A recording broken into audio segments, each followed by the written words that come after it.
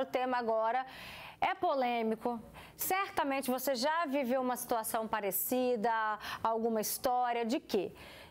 De arremesso de copo a tapas. A gente está falando das brigas de vizinhos que vão parar na justiça aqui no Espírito Santo, tá?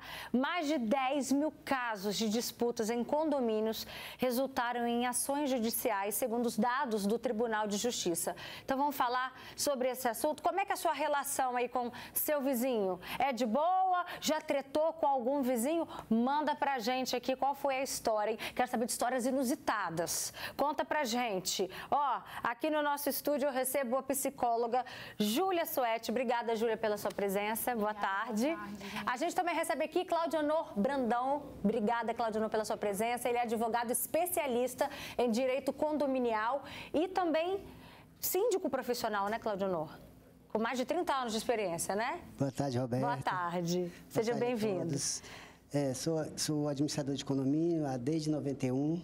Sou advogado, sou recente, sou contador, administrador e trabalho no mercado condominial como síndico profissional, como administrador condominial desde 91.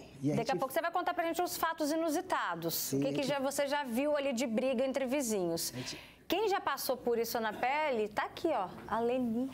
Leni, meu amigo, o que já aconteceu com você? Boa tarde. Boa tarde a todos, boa tarde, Roberta.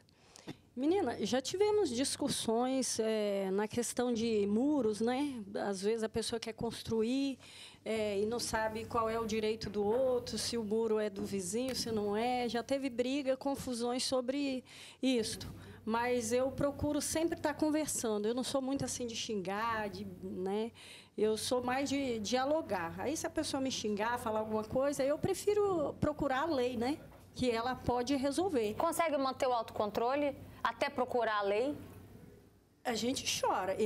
Quer dizer, cada um tem um jeito de agir, né? Eu sou muito chorona. Eu choro. Você não é do bate-boca? Não, às vezes, se me xingar muito, eu falo alguma coisa, eu falo um pouquinho alto. Mas eu prefiro procurar a lei como procurei. Já procurei várias vezes. Mas não é todo mundo que age assim, né, Claudionor? A gente vê histórias e mais histórias absurdas. O que nesses anos todos, como uma pessoa que atua nessa área condominial, o que de mais bizarro você já viu acontecer?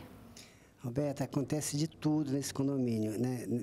Nessa vida condominial, porque o condomínio é um extrato da sociedade, né? Então as pessoas trazem seus estresses do dia a dia, das suas frustrações e acabam querendo que o condomínio resolva ou deságua no condomínio, em cima do síndico, em cima do vizinho. Então já tivemos casos de o cidadão estar numa assembleia, né? Inclusive um policial, e descer armado para a Assembleia e ficar ostentando a arma. Entendeu? Armado na reunião do condomínio? Armado em reunião de condomínio. É uma coisa que coloca em risco a segurança de todos. Aí eu, como síndico, que estava presidindo a sessão, vi que, para evitar um transtorno maior, acabei encerrando a sessão, pedi aos condôminos que a gente transferisse para outra data, marcar até com a ausência desse cidadão, para ele poder, ou num momento que ele estivesse mais calmo. Mas o síndico realmente tem que ter um equilíbrio emocional muito grande para poder resolver essa questão, né? A gestão de conflito para o profissional de condomínio é muito importante, ter uma assertividade na hora de tratar com essas questões emocionais. Quais são os principais motivos de conflitos entre os vizinhos? Em condomínio nós temos, eles costumam falar dos 4 Cs de condomínio: carro, criança, cachorro e cano. Ou seja, garagens, conflitos de garagem, às vezes um veículo bate no outro, vazamento, infiltração de um apartamento, de uma unidade para outra, isso o condomínio tem que intermediar, né? Dependendo da origem do vazamento.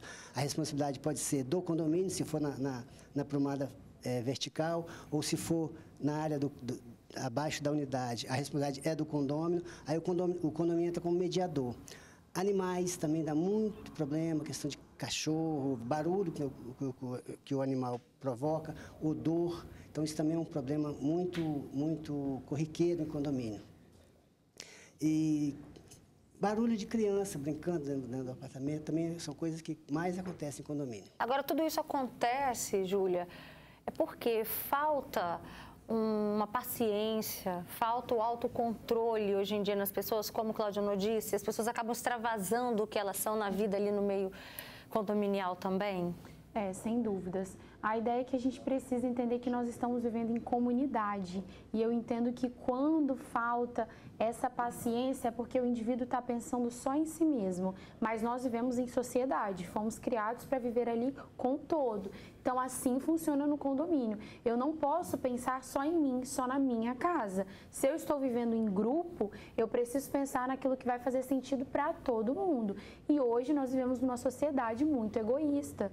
Nós vemos o reflexo disso através das discussões no condomínio, onde ao invés da gente sentar, conversar e resolver, a gente acaba fazendo o quê? Gritando, resolvendo com os ânimos exaltados, e essa nunca é a nossa orientação. A orientação é sempre, antes de conversar, vai resolver algum conflito. A gente só resolve o conflito quando a gente está calmo e tranquilo. Não é para decidir sobre muro, não é para conversar sobre filho, cachorro, cano, essas questões quando a gente está o quê? Exaltado. Depois de um dia cansativo. Então, no calor da situação, tô ali estressada, poxa, seu cachorro não para de latir. Não é a melhor hora de conversar. Não, é a pior hora de conversar, porque a gente vai fazer o quê? Vai extravasar, assim como ele comentou, e a gente vai falar muitas coisas que nós podemos nos arrepender depois, porque a gente não vai ter esse autocontrole, porque o dia de fato pode ter sido cansativo, é normal. Só que esse não é o ideal, não é ideal que a gente desconte a nossa raiva em outro indivíduo, provocando muitas vezes discussões e brigas, e aí a gente vai para a parte da violência. E olha só, tem casos dessas brigas que chegam ao extremo, por isso que a gente precisa entender e prevenir essas confusões, evitar. A gente vai conversar agora com o Fabiano, escuta só o que aconteceu, gente, em maio deste ano. A irmã dele, a Lindilene, ela foi morta por conta de uma briga entre vizinhos. O motivo foi som alto. Conta pra gente, Fabiano, obrigada pela sua participação aqui com a equipe do Fale Espírito Santo. Como que tem sido a vida de vocês de 6 meses para cá? Boa tarde. Boa tarde, tudo bem? A nossa vida mudou, né, totalmente. Nunca vai ser a mesma pessoa, entendeu? Porque a gente nem estava com som tão alto, a gente estava com... Era uma sexta-feira, entendeu? Dia feriado. A gente chamei ela para comer um pouco mais lá em casa, de tarde, depois que eu cheguei do trabalho. Aí a mãe do rapaz comprou a gente para baixar o som, a gente baixou. Só que ele já estava com proteção comigo há muito tempo, eu acho, né? Que ele estava com, sei lá, com raiva de mim, alguma coisa, sei lá, que... Talvez, sei lá, eu não sei o que acontece com aquele cara, porque ele, o jeito dele era um gênio forte, entendeu? Qualquer coisinha para ele era motivo de briga. E aí ele entrou dentro do meu quintal, na minha garagem, e falou comigo. Aí minha mãe pediu você para baixar o som. Aí minha irmã falou assim, rapaz, o som nós até baixou, nós vamos até desligar. Quando eu baixei para virar o som, que ele falou bem assim comigo, assim, eu não vou te falar mais nada. Aí já me deu um soco, entendeu? Aí como ele me deu um soco, eu já segurei ele na parede. Aí veio os parentes dele, tirou ele. Aí ele falou comigo assim, que ia me matar, vou te matar. Nisso ele saiu. Ele foi lá, arrancou o cio da minha casa tudo, o corredor da casa dele, arrancou o cio tudo, entendeu? Aí minha mulher chegou do serviço de tarde, viu aquele paravoeiro, ela falou, meu Deus, tinha nem um mês que a gente comprou a máquina, tá tudo novinho, pois ele quebrou tudo, depois dele ter quebrado, ele veio e nós fomos consertar o fio de energia no corredor, pois ele veio atrás de mim e deu 6 tiros. Aí minha irmã gritou, quando ela gritou que ela foi me empurrar, o tiro pegou na cabeça dela e ele saiu correndo. Com um cara desse não tem coração. Nós já tínhamos desligado a caixa de som. E ele já tinha histórico, Fabiano, de ser uma pessoa violenta e você mora em casa, não é isso? Ele já tinha esse histórico? Ele é uma pessoa que se você olhasse para ele você já estava arrumando confusão com ele, não tem? Ele é daquela pessoa, entendeu? E olha que ele já trabalhou comigo já de ajudante, ele já trabalhou comigo, entendeu? E não sei o que aquele cara arrumou não, entendeu? Que ele ficou com tanta raiva de mim assim. E até hoje a polícia não localizou esse indivíduo? Até hoje a polícia não achou ele está foragido, entendeu? Vai fazer 6 meses já. E a gente quer justiça, a gente não quer nada mais, só justiça. Porque a minha irmã está debaixo da terra e hora dessa ele deve estar aí, ó, bem numa boa aí, tranquilo, para cima e para baixo. Minha irmã nunca mais volta e ele está aí, ó, a justiça. Agora eu acho que se fosse um bandido, ladrão, a polícia já tinha pegado. Mas como é um fato de uma pessoa, parece que eles não estão nem aí. Segura na ligação com a gente, Fabiano, já volto a falar com você, porque você trouxe um relato muito interessante que eu quero saber aqui do Claudionor, porque, vamos lá, Geralmente, Claudionor, quando a pessoa vive em sociedade, a gente sabe quem é o vizinho que tem fama de valentão. Qual é o momento? Como que a gente se protege desse perfil de vizinho? Como que você, como advogado, qual é a orientação que, naquele condomínio que tem um cara mais valentão, qual a orientação que você acaba passando para os demais condôminos, né? Então para os demais vizinhos, a respeito daquela pessoa, do que fazer, como se proteger, quando que chega a hora de buscar a polícia, para a gente prevenir um caso desse? Olha, o que acontece na sociedade em geral, quem mora em casa, ou quem mora em condomínio, o perfil pessoal é o mesmo. Né? Você vê que é um cidadão violento, né? Aquele cidadão que eu citei que estava ostentando a sua arma, já é um perfil de uma pessoa agressiva. Então, acho que a orientação que a gente passa, principal, é a prudência. Né? Porque não adianta você querer discutir com uma pessoa dessa. Então, se você já conhece o seu vizinho, você tem aquele perfil de perseguidor, né, que está sempre arrumando uma confusão, arrumando um pretexto para brigar, não discuta com esse cidadão, não discuta. Né?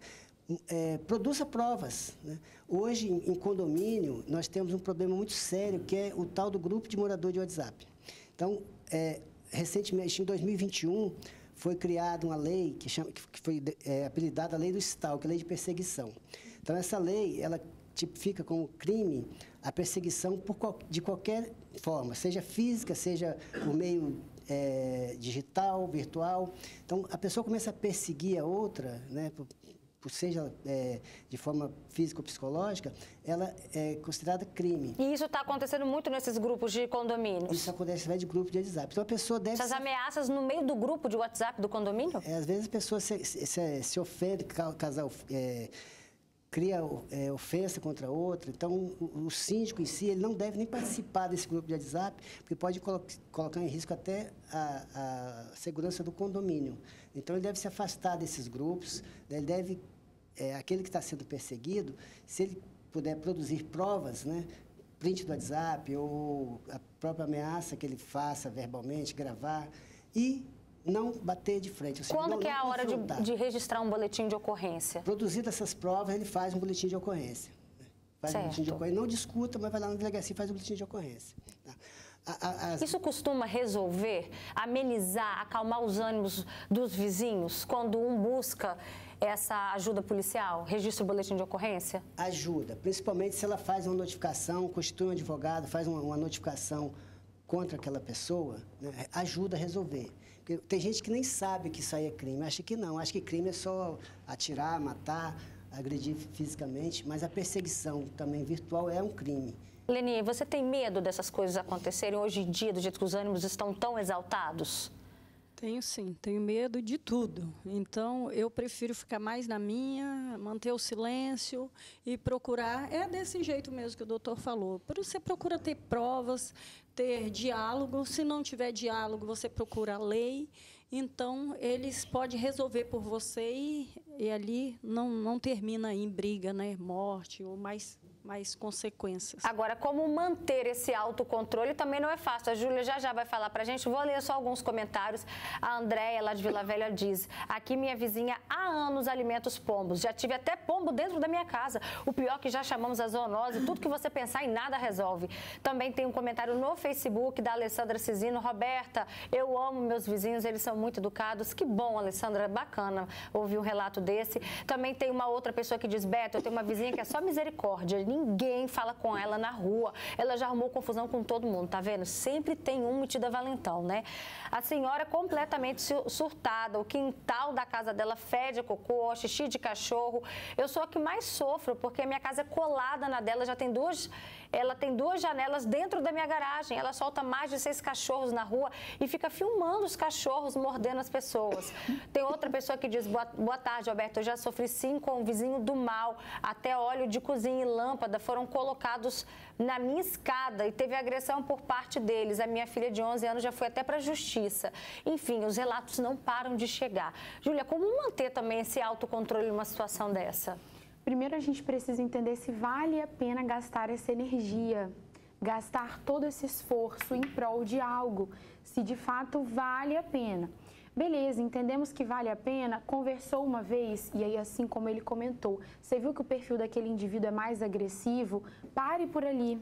Se acalme, busque fazer uma respiração, busque pela comunicação clara, não ofenda, mas assim, entenda se aquilo vale a pena em prol do seu emocional. Para que a gente vai desgastar uma energia e faltar com autocontrole, né? Diminuir nossa imunidade, porque a gente sabe que o estresse causa isso, a diminuição da nossa imunidade. Então, assim, entenda se faz sentido investir energia naquilo. Se não faz, faz uma respiração. Né? A gente fala que é o cheirar a flor e assoprar a vela, né? E aí respira, mantém o autocontrole, conversa com quem você sente seguro, as pessoas dentro de casa, né? Alimenta ali aquilo dentro de casa, conversando para tentar resolver, colocando para fora e depois, com mais calma, a gente busca entender e resolver a situação da melhor maneira possível. E se for preciso, peça ajuda, né? Vá até a polícia. Peça ajuda, denuncie, adquira provas, mas assim, não resolva nada na hora da raiva. Perfeito. Obrigada pela participação de vocês. Obrigada, Júlia. Obrigada, Claudionô. Obrigada, Leni, também pelo seu exemplo de paciência. E a gente agradece também com muito carinho, mais uma vez, ao Fabiano, que participou com a gente. Infelizmente, a gente está vendo aí, olha, no caso, né, uma forma extrema que pode acontecer. Obrigada, Fabiano. Viu? Que vocês consigam ter o sentimento de justiça, que a polícia encontre, né, esse suspeito e que justiça seja feita. Obrigada, viu, pela sua participação.